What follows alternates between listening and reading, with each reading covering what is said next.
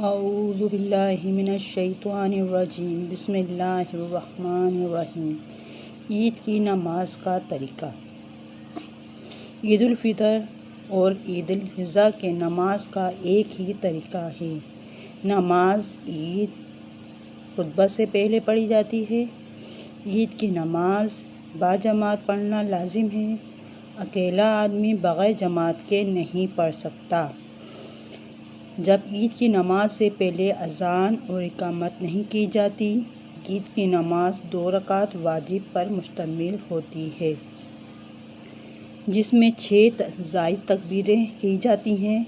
3 تکبیریں پہلی رکعت میں، عشاء کے بعد اور قرأت شروع کرنے سے پہلے 3 تکبیروں، دوسری رکعت میں قرأت ختم کرنے کے بعد رکوع سے پہلے یا زائد تکبیریں کہتے وقت دونوں ہاتھ کانوں تک اٹھائے جاتے ہیں۔ عید کی نماز کا طریقہ تفصیل کے ساتھ درج ذیل ہے۔ پہلے نیت کر لیں، میں نے عید الفطر یا عید الاضحیٰ کی 2 رکعت نماز واجب بما 6 زائد تکبیروں کے امام کے پیچھے ادا کرنے کی نیت کی۔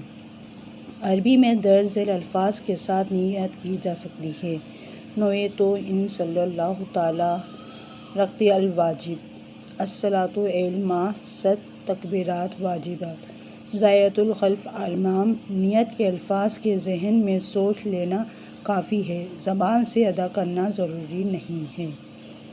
نیت کر لینے کے بعد امام کی تکبیر تحریمہ کے ساتھ آپ بھی کانوں تک ہاتھ اٹھا کر تکبیر کہیں اور ہاتھ باندھ لیں۔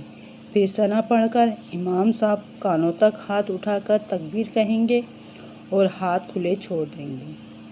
پھر دوسری تکبیر بھی کانوں تک ہاتھ اٹھا کر کہیں گے اور چھوڑ دیں گے۔ پھر تیسری تکبیر کانوں تک اٹھا کر کہیں گے اور ہاتھ باندھ دیں گے۔ آپ بھی امام صاحب کی اتباع کرتے رہیں۔ پھر تکبیر کے بعد اتنی دیر ٹھہرنا ہے جتنی دیر 3 مرتبہ سبحان اللہ کہا جا سکے۔ اب امام صاحب اعوذ باللہ اور بسم اللہ پڑھ کر بآواز بلند قرأت کریں گے۔ آپ خاموشی سے پوری توجہ اور انابت کے ساتھ قرأت نہیں عام نمازوں کی طرح رکوع سجدے میں امام صاحب کے ساتھ شامل رہیں اور دوسری رکعت کے لیے کھڑے ہو کر امام صاحب کی قرأت کو انتہائی غور و فکر کے ساتھ سنتے رہیں۔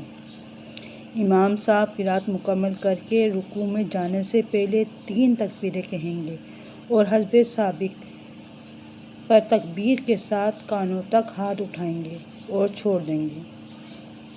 آپ کو بھی امام صاحب کی پوری اتباع کرنی ہوگی۔ اس کے بعد چوتھی تکبیر کانوں تک ہاتھ اٹھائے بغیر کہے کر رکوع میں جائیں گے اور عام نمازوں کی طرح سجدہ اور تشہد سے فارغ ہو کر سلام پھیریں گے۔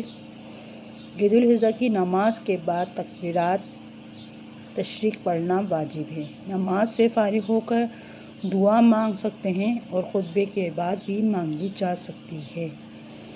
قبولیت کا وقت ہے۔